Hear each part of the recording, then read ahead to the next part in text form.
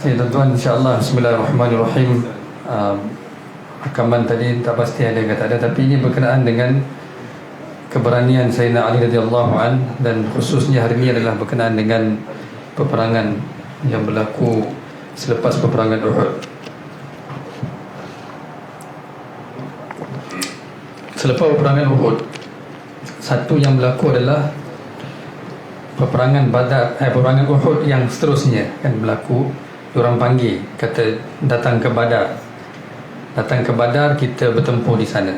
Kemudiannya yang berlaku apa?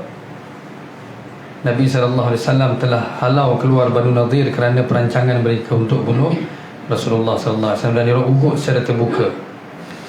Itu Huyai kan, bapa kepada Safiyah binti Huyai. Bapa adalah salah seorang ketua yang telah maksudnya telah mencabar Rasulullah sallallahu alaihi wasallam. Tapi Rasulullah telah singkirkan mereka, halau mereka keluar daripada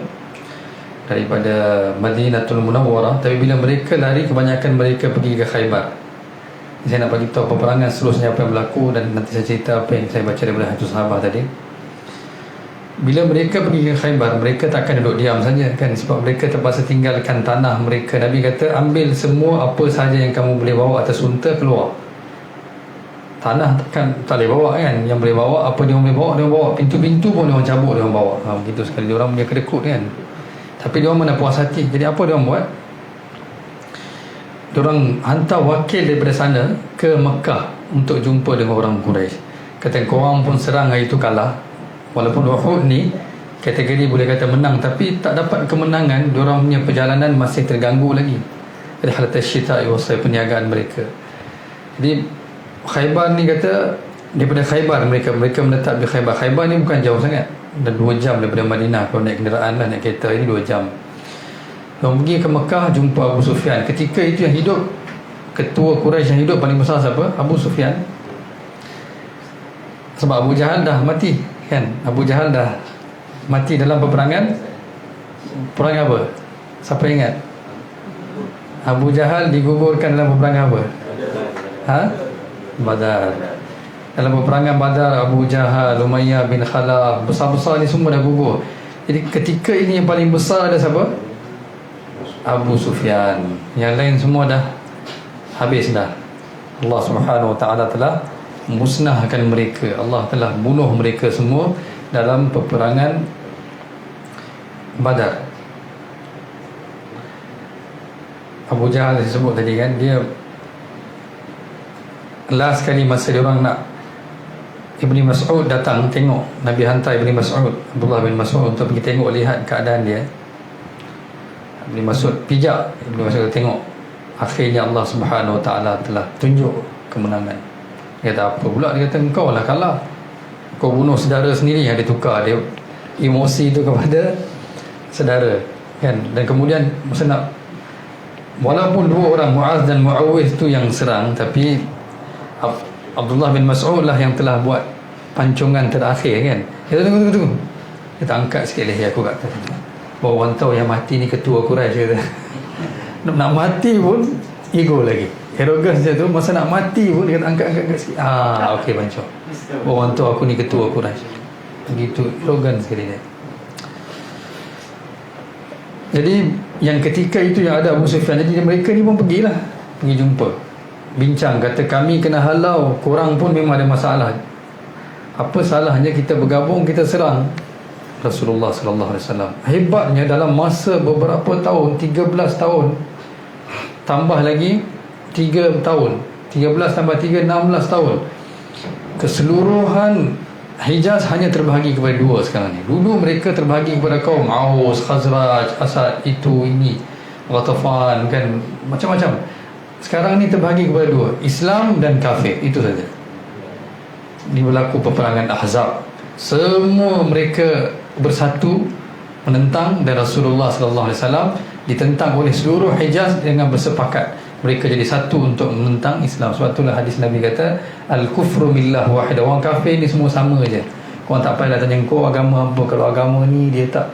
Walaupun dalam Quran Allah kata orang la tajidanna ashaddan nasi adawatan lil ladzina amanu al yahuda wal ladzina asyraku, yang paling bermusuh dengan orang Islam ni orang Yahudi dengan musyrikin. Wala tajidanna aqrabahum mawaddatan lil ladzina amanu alladzina qalu inna nasara, tapi orang Nasara ni, orang Kristian ni dia agak lembut hati mereka terhadap Islam. Tapi sekarang ni Nasara pun dah jadi musyrik dah. So mereka ni dah kategori musyrikin juga. Dalam 16 tahun Allah tunjuk hebatnya al-Islamu ya'lu wa la yu'la alaih. Dalam masa berapa tahun? 16 tahun ataupun 17 tahun lah, sebab perangan Khandaq ni berlaku pada tahun 5 Hijrah.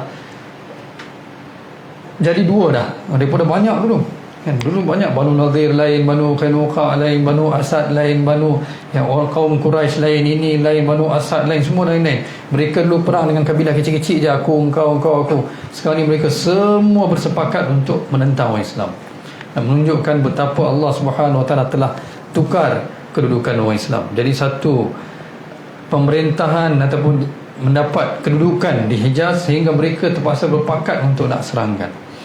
Inilah Allah Subhanahu Wa Taala punya kuasa yang Nabi kata kan. Nabi kata satu hari nanti seluruh Hijaz akan tunduk depan kita. Maka mereka pergi jumpa Abu Sufyan. Abu Sufyan tengok, kata Yahudi datang jumpa kami. Ya betul, kata Yahudi tak pernah respect orang Quraisy. Itu saya cerita kan masa Banu Qainuqa lepas perang Badar, bila dia orang balik kan, dia kata apa, kau menang, kata. Kata boleh lah, orang Quraisy cuba lawan kami, kata. Quraisy mana tahu apa. Ada orang bagi dia orang Quraisy ni golongan hina yang tak bertamadun, tak ada adab, tak tahu baca, tak tahu tulis. Abu Sufyan tanya, dia kata satu soalan aku, dia kata antara kami dengan Nabi orang Islam mana lebih baik? Allah turun ayat dalam surah Nisa, Allah kata yaquluna haula'i ahda minal ladzina amanu sabila. Allah bongkarkan rahsia, kata mereka ni pergi, kemudian soalan itu ditanya, maka orang Yahudi kata kamu ni lebih baik daripada mereka, kamu ni lebih berada di atas hidayat melebihi mereka tu. Maksudnya melebihi Nabi Muhammad sajalah, sebab nak ambil hati Abu Sufyan barulah dia orang. Maka mereka telah bersepakat untuk menentang Nabi sallallahu alaihi wasallam. Allah sebut dalam Quran tadi, ayat saya baca, izja'ukum min fawqikum wa min asfala minkum. Bila daripada atas pun mereka serang, daripada bawah pun mereka serang. Ini membawa banyak makna. Bila mereka dah bincang antara Quraisy dengan Banu Nadir ni, tak habis mereka pergi jumpa Ghatafan pula. Banu Ghatafan ni mereka duduk di border Syam. Dan mereka kata, kami nak buat apa? Apa kena mengena kami dengan kamu, dengan orang Islam? Kenapa kami nak campur? Kita macam ni lah. Banu Nadir kan duduk kat Khaybar. Khaybar ni banyak tanah subur, kebun kurma. Sebab itulah Salman Farsi mula-mula ingat Khaybar lah tempat Rasulullah akan diutuskan. Kata macam ni, dia kata kalau kamu menyertai peperangan bersama dengan kami, kita menang, separuh pendapatan Khaybar kami akan berikan kepada kamu. Orang Ghatafan ni macam binatang sikit, orang Arab yang Allah tak nasibkan mereka hidayat sampai akhir. Mereka ni lah yang di zaman pemerintahan Sayyidina Umar yang berlaku peperangan Yarmouk tu, ni Ghatafan 60,000 yang serang 60 orang tu, ni Ghatafan orang Arab ni. Dia kata okey lah kan, kalau dapat separuh daripada pendapatan Khaybar, kami nak lah. Dia kata yang lain kami tak kisah. Lepas tu dia fikir, kata baik kita pergi bincang dengan orang Islam, tengok. Dia datang Madinah, dia jumpa Rasulullah. Dia kata Khaybar offer separuh. Dia kata kalau kau offer 1/3 pun okey, kata kami tak payah perang lah. Maksudnya buat apa nak perang? Kau janji je bagi kami 1/3 daripada pendapatan Madinah, kami tak akan menyertai Ahzab ni.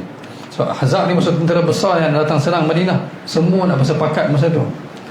Nabi SAW panggil Sa'ad bin Mu'adh dengan Sa'ad bin Ubadah, seorang ketua Aus, seorang lagi ketua Khazraj.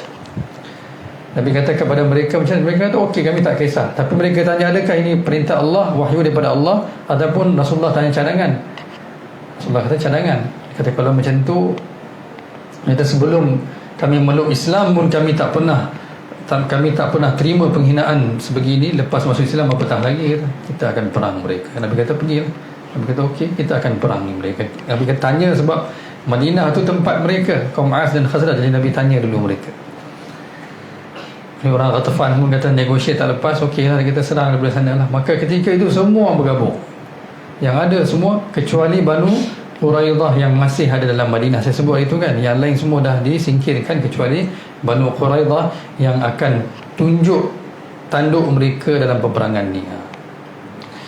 Rasulullah SAW seperti biasa Nabi kumpulkan semua para sahabat dalam masjid. Inilah kedudukan masjid di zaman Nabi SAW. Perkara kecil-kecil pun Nabi mesyuarat. Nabi panggil ketua Aus, Nabi panggil ketua Khazraj, Nabi tanya mereka dulu. Sebelum nak perang, Nabi panggil semua kumpul dalam masjid. Nabi tanya, sekarang ni mereka dah berpakat untuk menyerang kita. Maksudnya semua mereka akan datang serentak. Mereka kata kali ni memang do or die, kami nak bunuh juga orang Islam. Tak boleh terima lagi dah. Macam mana? Semua tak ada pandangan kecuali mereka kata kita akan perangi mereka. Maka ketika itu bangunlah Salman Al-Farisi radhiyallahu anhu. Dia kata, ya Rasulullah, dia kata kami ni hidup dengan peperangan. Sebab Rom dengan Parsi ni memperang dah ribu-ribu tahun, bukan ratus tahun, ribu-ribu tahun dia orang perang. Kadang Rom menang, kadang Paris menang, kan? Dia kata kami dalam peperangan ni, kami ada satu taktik, iaitu kami akan gali longkang. Bila mana kami dibelah yang lemah, maksudnya kami nak selamat daripada serangan daripada banyak pihak, kami gali longkang. Maka Rasulullah SAW telah terima cadangan dia. Dan Nabi perintah semua untuk menggali khandak. Kebanyakan ahli sejarah kata khandak ni lebih kurang 2 kilometer.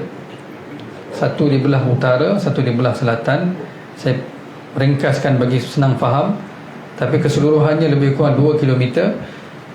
Kanan kiri Madinah ni memang protected. Saya dah bagi tahu ada gunung ganang yang memang menutupnya. Jadi sana dengan sini saja mereka gali khandak.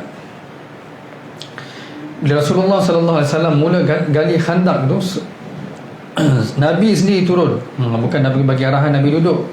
Begitulah dalam usaha dakwah ni, kita bukan bagi arahan, kita sendiri kena buat.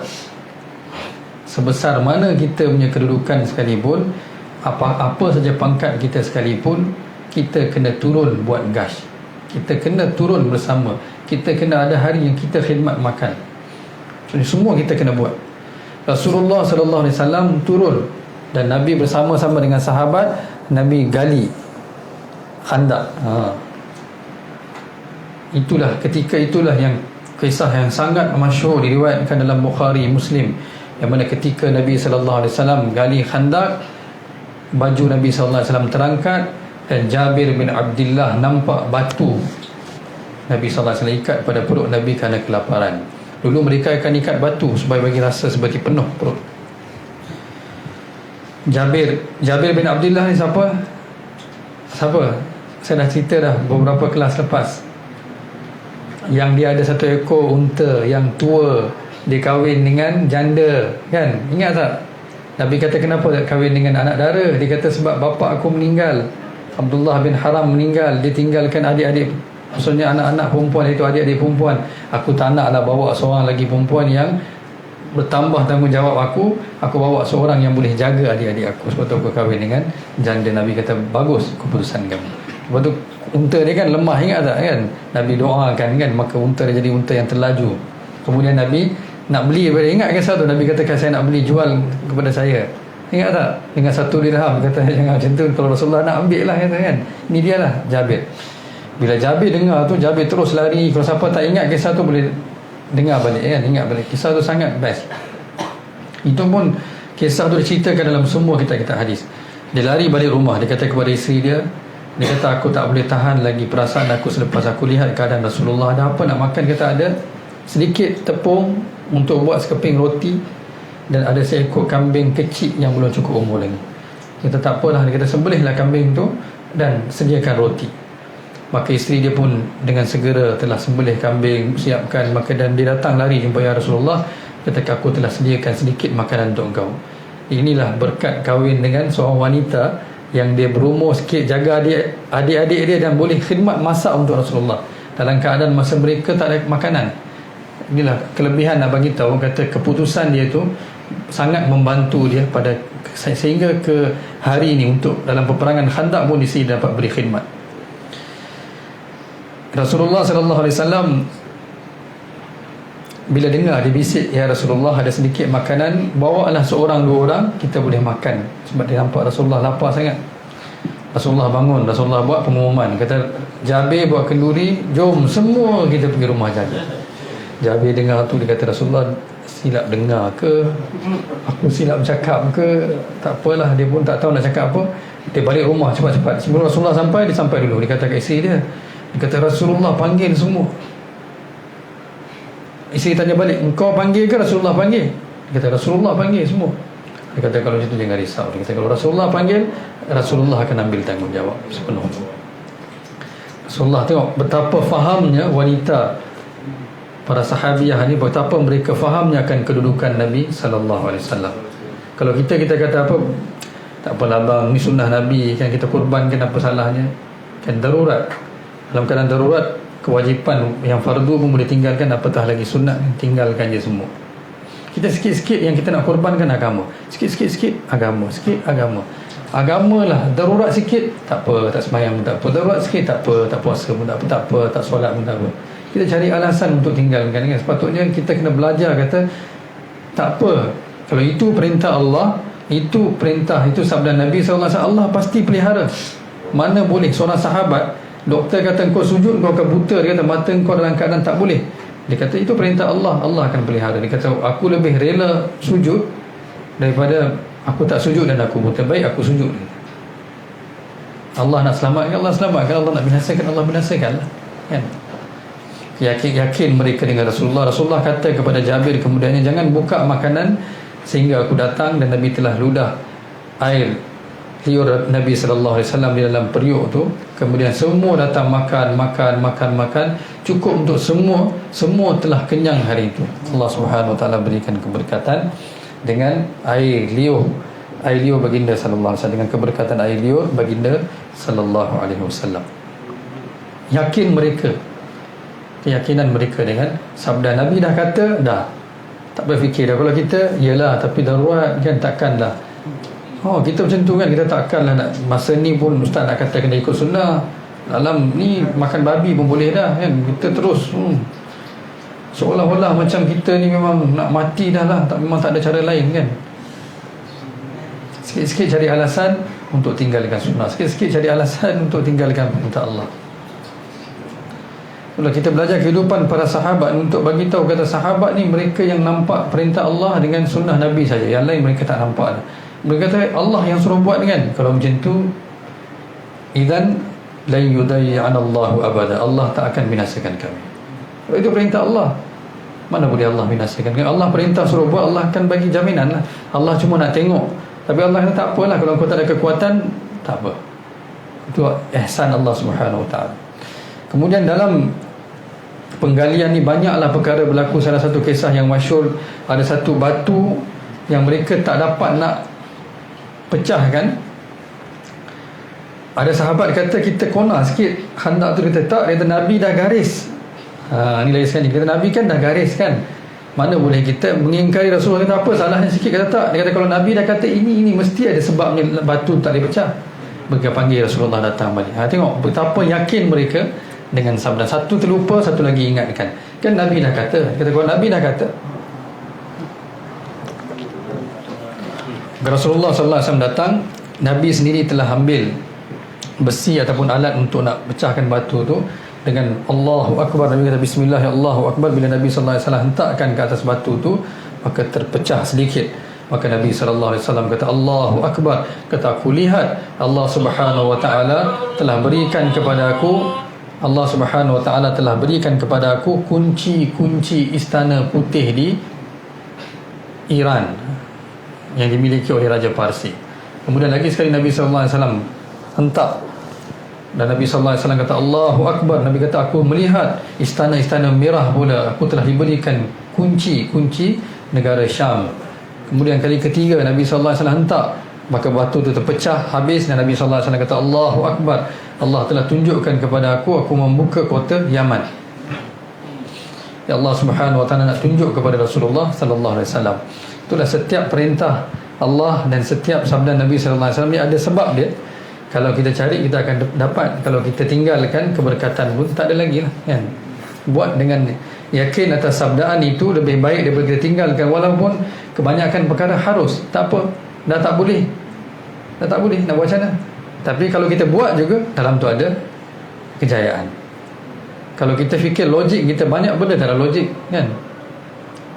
Bila kita tinggalkan logik kita buat ikut perintah Allah Subhanahu Wa Taala, tunjukkan benda tu kepada Rasulullah sallallahu alaihi wasallam. Maka bila mereka siap gali ni, Ummi Salamah radhiyallahu anha, isteri Rasulullah sendiri kata banyak peperangan, dia kata aku menyertai peperangan Uhud kan, banyak lagi peperangan yang aku lihat dengan mata aku.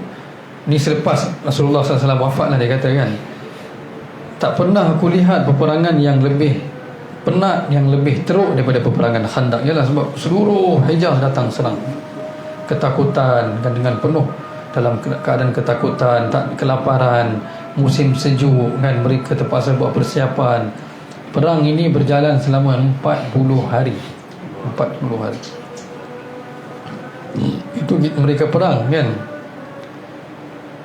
Kita keluar 40 hari pun kan, nangis-nangis kira hari, berapa hari lagi kan, set timer alam, cukup 40 hari, titik okey, habis balik. Mereka perang, tak ada makan, tak ada minum kan, sampai mereka pun dah mula pucat.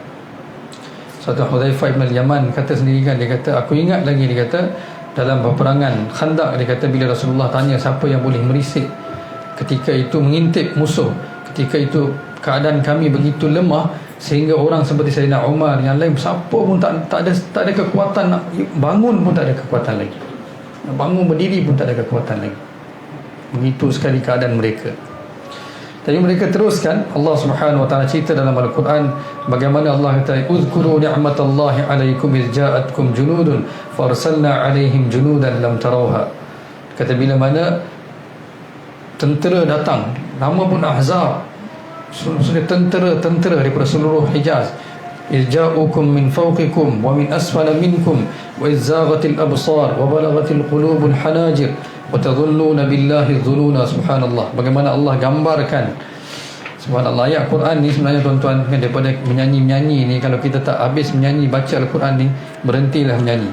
Sebab keindahan dia ni memang tak ada dalam nyanyian, dalam perkataan kita. Kita begitu asyik mendengar kan, kalam-kalam apa tu, selawat apa, saya malah sebut kan, kamilatan apa semua tu kan. Sebenarnya baca Quran tuan-tuan, dia punya keindahan sebagai kalam Allah yang satu-satunya ada atas muka bumi ni. Kalam manusia ni manusia tulis, kalam Allah ni orang-orang kafir dengar pun mereka pecah hati mereka.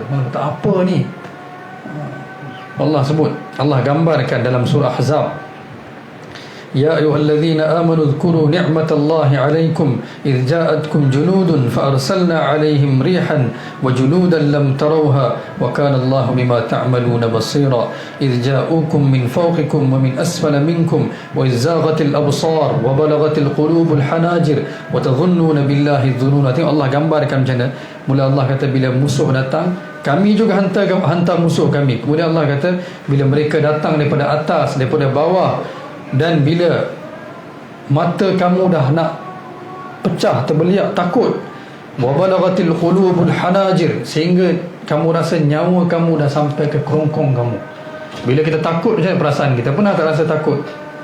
Pernah tak rasa takut sampai rasa macam nyawa kat sini dah? Pernah tak tuan-tuan? Dia takut ni, bila orang tu betul-betul ketakutan, terkejut, dia akan rasa macam kan, rasa macam benda dia nak keluar. Pernah rasa tak? Siapa tak pernah rasa, bukan manusia lah, pernah rasa tak? Kan dia rasa tiba-tiba bila satu berlaku kan, kita rasa macam nyawa kan, macam nyawa nak terkeluar, kata ya Allah, kata kan. Itu keadaan mereka hari itu. Wa tazunnuna billahi dhununa, dan mereka mula tak tahu nak sangka apa lagi, mereka dah fikir bukan-bukan dah. Allah hunalika butuliyal mu'minun wa zulzilu zilzalan syadida. Inilah ujian bagi orang mukmin ketika itu.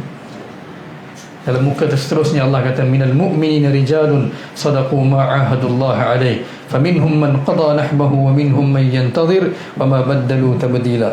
Sebab keindahan Quran ni saya tak tahu nak terangkan, sebab alangkah baiknya kalau kita semua faham bahasa Arab, bahasa Al-Quran.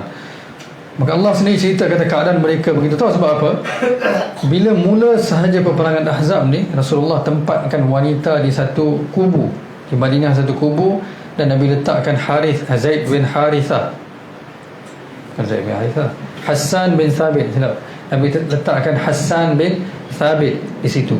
Semua wanita kecuali Hassan bin Thabit, dan kanak-kanak ada. Abdullah bin Zubair yang cerita perkara ni, sebab Abdullah bin Zubair ketika itu kecil. Umur berapa Abdullah bin Zubair? Berapa tahun? Ni tahun ke-5 hijrah. Jadi Abdullah bin Zubair umur apa?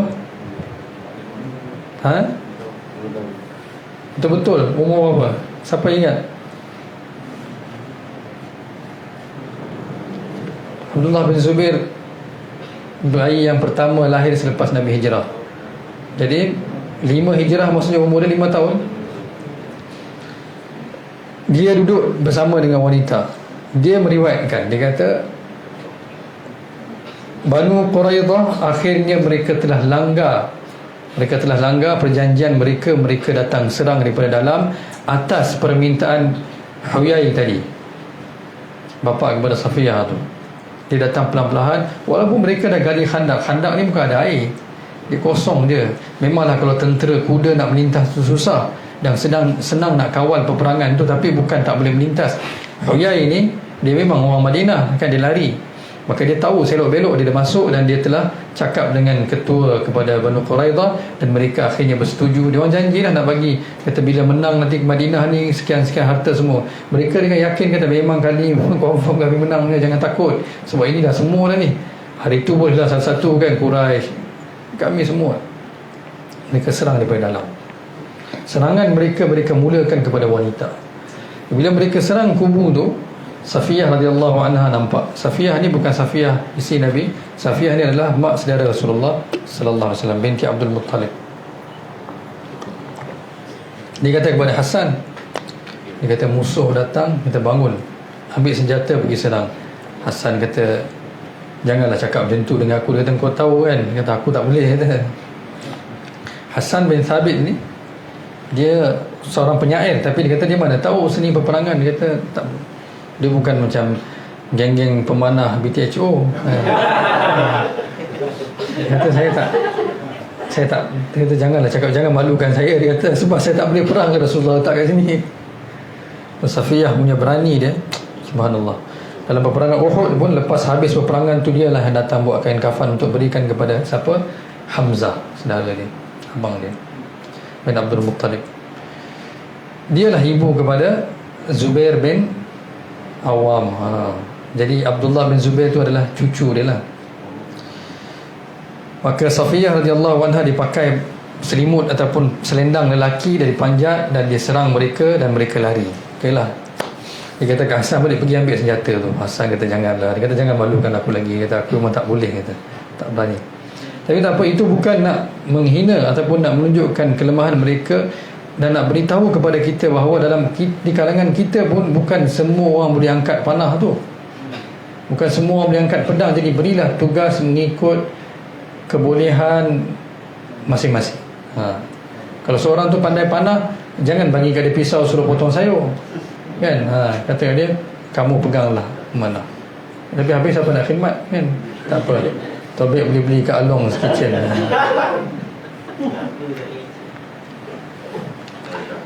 Itu yang kita belajar daripada kehidupan sahabat. Bukan semua mereka tahu seni peperangan. Jadi Hasan sebab tu Nabi, tapi Hasan ni pernah sekali orang musuh datang, dia menghina Rasulullah. Rasulullah kata bangun Hasan, jawablah bagi pihak Allah, malaikat Jibril bersama dengan kamu. Dia lawan dengan syair, dengan kata-kata dia. Apa yang dia buat, dia jihad dengan kalam dia, dengan perkataan dia. Kita gelak boleh lah kan, kita tak pernah perang pun kan. Cuba berlaku peperangan, tengok, betul tak? Kita kan boleh cakap je lah kan. Bila actual peperangan berlaku kan, musuh saya patah, kalau tidak saya dah keluar dah kan. Anak panah tak cukup kan. Bila mereka dah, tapi Rasulullah masih syak lagi siapa yang serang tu. Maka Rasulullah tanya, siapakah yang sedia pergi dapatkan kepastian apa keadaan Banu Quraidah, sama ada dia masih pegang dengan perjanjian ataupun dia dah batalkan. Zubair bin Awam kata saya.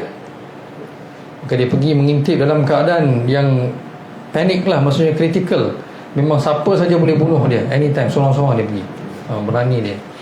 Tu bila dia balik, Nabi kata semua Nabi ada seorang Hawari, bodyguard, dan Hawari aku adalah Zubair bin Awam. Zubair bin Awam. Mereka mula, sebab tentera tu bila dapat berita baru mereka mula gali khandak tu. Jadi bila mereka mula buat bagi security setiap malam. Nabi letakkan beberapa orang untuk jalan di sepanjang khandak, dan mereka sebut apa? Allahu Akbar, Allahu Akbar, bagi musuh dengar seolah-olah mereka ni memang dalam keadaan attention lah, maksudnya mereka dalam siap sedia supaya mereka tak serang terkejut. Sehingga sahabat-sahabat dah penat. Aisyah radhiyallahu anha meriwayatkan mereka semua buat khemah, bukan serang dari rumah, dah keluar duduk di tepi khandak berkhemah di situ. Rasulullah SAW begitu penat sekali, dan Sa'ad bin Abi Waqqas radhiyallahu anhu datang satu malam sebab dia tahu Rasulullah penat. Dia pun penat. Dia datang, dia kata, ya Rasulullah, dia ketuk pintu. Nabi kata, siapa? Dia kata, Sa'ad. Dia kata, ya Rasulullah, rehatlah, biarlah aku yang jaga pula. Nak kata Nabi pun ambil giliran. Sesuatu kata kita semua kena buat. Semua kena buat. Setiap orang Islam ni kena buat semua. Dia tak ada dalam agama ni tak ada CEO bagi arahan saja. Setiap orang kena buat, barulah setiap orang akan dapat pahala. Bukan satu orang bagi arahan, seorang. Semua kena buat kerja. Ambil yang kita boleh buat kerja, tapi buat kerja. Bukan bagi arahan, itu kerja kan. Sebab tu bila Sa'ad bin Abi Waqqas radhiyallahu anhu tulis surat ke Madinah ke Umar radhiyallahu anhu, kata kami perlukan tentera untuk menyerang Parsi, ramai dah mati. Sayyidina Umar sendiri buat siap sedia nak pergi. Nak pergi mana? Nak pergi, kata saya lah kena pergi, siapa lagi? Kata jangan, siapa nak jaga Madinah? Tu sahabat faham perkara tu daripada Rasulullah. Dan Rasulullah sendiri akan turun. Rasulullah pun jadi security malam jalan. Sa'ad kata, rehatlah ya Rasulullah, biar aku ganti. Tapi bila Rasulullah tidur, Sa'ad pun tertidur kat luar. Nak kata Aisyah kata begitu penat sekali kata Sa'ad, tapi dia tak sedia tengok Rasulullah punya kepenatan, maka dia kata aku dengar Sa'ad pun tertidur akhirnya kat luar. Kata penat sangat mereka berhari-hari berjaga. Sebab musuh boleh serang bila-bila, dan keadaan mereka Banu Quraidah nak serang daripada dalam. Dan mereka dah mula syak perkara tu, dan Nabi hantar pula beberapa wakil daripada Aus dan Khazraj untuk dapatkan kepastian daripada orang Quraidah, Banu Quraidah, dan memang dah pasti kata Banu Quraidah telah mengkhianati perjanjian tu. Ini lagilah keadaan teruk. Sebab satu daripada luar, daripada dalam pula, daripada atas Ghatafan pun datang, Khaybar pun datang, Quraisy pun datang, dan orang-orang lain pun mereka hantar bantuan yang tak datang, mereka hantar hamba-hamba pula untuk serang. Begitu. Di sinilah kata bila tiba-tiba muncul satu orang nama dia Amr bin Abdi Wad, ni seorang pahlawan. Habis kita punya kuliah malam ni saya baca tadi, dia datang. Tiba-tiba dia punya dah hebat, dia punya seni peperangan dia. Bukan dengan panah, dengan kuda dia lompat khandak itu masuk ke Madinah. Begitu. Dia kata may yubaris, dia kata, siapa nak mulakan peperangan dengan aku? Bayangkan gelap, sejuk. Ali radhiyallahu anhu bangun. Ali kata, aku ya Rasulullah. Nabi kata duduk. Qala Nabi duduk. Nabi kata duduk. Nabi kata Amar tu, maksudnya nak bagi tahu, kata Amar, innahu amrun. Ijlis. Nabi kata duduk. Amar bangun lagi sekali, kata mana, siapa berani nak one to one dengan aku? Kata mana syurga kamu yang kamu sebut, yang kamu kata kalau mati kamu, dia hina lah. Kata mana syurga kamu yang kamu kata kalau kamu syahid kamu akan masuk? Ali kata saya ya Rasulullah. Nabi kata duduk. Kali ketiga dia sebut saja, Ali radhiyallahu anhu kata saya ya Rasulullah, wa in kana amran, walaupun Amar. Dia kata biar aku yang serang dia. Bila dia serang Sayyidina Ali radhiyallahu anhu, Sayyidina Ali ungkapkan beberapa syair. La ta'jalan faqad ataka mujibu sautika ghaira ajiz fi niyyatin wa basiratin was-sidqu manja kull faiz. Inni la arju an uqima 'alayka naihatal janaiz min darbatin najla'a yabqa dhikruha 'inda al-hazahiz. Mereka ni tengah perang pun mereka boleh mengungkap syair. Maksud maut depan mata mereka pun mereka boleh ungkap syair. Ali radhiyallahu anhu pergi perang ni, bukan dia kata okey engkau serang dulu, sekarang aku serang, tak ada. Amar terus serang. Begitu kuat serangan Amar, perisai yang Ali pegang tu terbelah dua. Terbelah dua perisai. Kalau kita Amar bin Abdi Wad ni memang dia punya kekuatan dia, maka dia tepis Amar tu punya serangan immediately, serta merta. Dia serang Amr bin Abdi Wad sehingga Amr bin Abdi Wad pula terbelah dua. Dia kata Ali punya kekuatan pula, Ali pusing, zuf, dia terbelah dua sekali serang. Bukan tajam, kekuatan mereka dan mereka punya keyakinan dengan bantuan Allah. Kalau pedang bukan berjalan sendiri kan. Masa tu Ammar tanyalah, dia kata kau siapa? Dia kata aku Ali. Dia kata Ali anak Abdul Manaf ke? Dia kata bukan. Dia kata Ali bin Abi Talib. Dia kata wahai anak menakan, kau duduklah. Dia kata bawalah orang tua. Dia kata aku tak nak bunuh kau. Dia kata tapi aku nak. Dia kata tapi Ali dakwah dia dulu. Dalam riwayat yang pertama saya baca, Ali dakwah dia dulu. Ali kata inni ad'uka ila Allah wa ila rasulih wa ila Islam. Aku dakwah kau. Dia kata aku tak perlu dakwah tu. Maka dia kata kalau macam tu aku akan bunuh kamu. Inilah keberanian mereka. Kita tak dapat bayangkan sebab kita tak ada di situ. Sebab itulah bila orang datang jumpa Hudzaifah bin Yaman, dia kata kau orang buat apa? Dia kata kalau kami hidup sama Rasulullah, kami dukung Nabi sentiasa. Kami tak akan bagi Nabi pijak tanah pun. Hudzaifah kata diam. Kata kau tahu apa? Dia kata bagaimana keadaan kami lalui. Kata pernah berlaku peperangan Khandaq. Dia kata yang mana ketika itu kelaparan, kesejukan, tak nampak, kegelapan, angin tiupan yang keras. Kita sampai saat kami dah tak tahu apa lagi dah. Rasulullah tanya masa tu siapa boleh jadi pengintip, seorang pun tak bangun. Semua takut dah keadaan. Dah lembek dah, lemah dah. Bukan Nabi sebut nama aku pun bangun pun macam saya ya Rasulullah. Nabi kata pergi. Nabi doa, ya Allah peliharalah Hudzaifah daripada depan, daripada belakang, daripada kanan, daripada kiri dia pergi. Hudzaifah bin Yaman cerita. Jadi kita hanya boleh belajar, tapi sebenarnya kehidupan para sahabat ni kita nak belajar supaya kita dapat sedikit sifat mereka, iaitu semangat memberi nyawa untuk Allah dan Rasulnya. Semangat ni seorang yang ada, dia tak akan putus asa dalam hidup dia. Kita punya kehidupan ni dah jadi tujuan kita apa? Nak cari duit, nak cari harta, nak kumpul duit, nak kahwin kan, nak kumpul duit, nak beli rumah, nak kumpul duit, nak beli kereta. Itu saja dah jadi tujuan hidup kita. La ilaha illallah. Para sahabat mereka bagi semua untuk agama Allah, baru mereka dah selega. Alhamdulillah, kata finally saya dah berikan semua untuk agama Allah. Sebelum tu tak rasa ketenangan tu, tak keluar lagi, tak rasa lagi ketenangan. Lepas dah bagi semua, baru mereka kata alhamdulillah kami dah buat semua. Tapi kita Sayyidina Ali radhiyallahu anhu, daripada dia kecil lagi, dakwah pertama dia terima pun dialah yang pertama kata kat Rasulullah, kata ya Rasulullah aku akan bantu engkau. Masa tu dia kecil 7 tahun. Rasulullah tanya semua orang, semua diam. Ahli keluarga Nabi tak nak bantu. Sayyidina Ali berdiri kat depan pintu, dia kata ya Rasulullah saya akan bantu engkau. Nabi menangis. Nabi kata siapa saja ikut saya nak taat kepada Sayyidina Ali, sesungguhnya dia telah taat kepada aku. Sebab Nabi tengok begitu gembira ketika pakcik Nabi, bapa saudara Nabi, sepupu Nabi, semua tolak Nabi.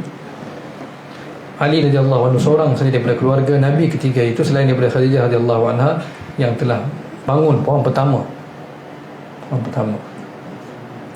Mudah-mudahan Allah Subhanahu Wa Taala jadikan mereka ini sebagai tauladan untuk kita, menjadikan contoh untuk idola kita, kan? Kita belajar tentang kehidupan para sahabat ni untuk kita dapat juga sifat-sifat mereka dalam diri kita, ketaatan mereka, kebaikan mereka, sanggup berikan. Jabir tadi ada seekor kambing, dia bagi semua. Dia boleh kata macam ni, seekor kambing separuh masak, separuh simpan dalam fridge, boleh jual kan, boleh makan besok. Tak bagi semua, dia kata sembelih bagi. Mereka tak fikir pun besok nak makan apa. Kita dalam akaun ada ratus ribu pun kita kata aduh takkan nak belanja banyak ni sekaligus untuk online kan, macam tu.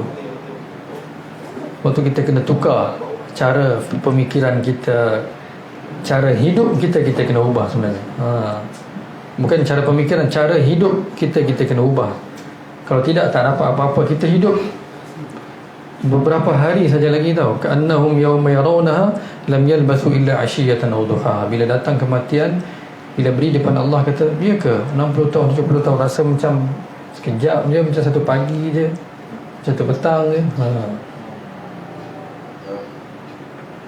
Tukarlah cara hidup, tukarlah cara kita melihat setiap perkara. Jadilah sahabat contoh untuk kita. Mereka bila Rasulullah panggil jihad, seorang pun tak bagi alasan.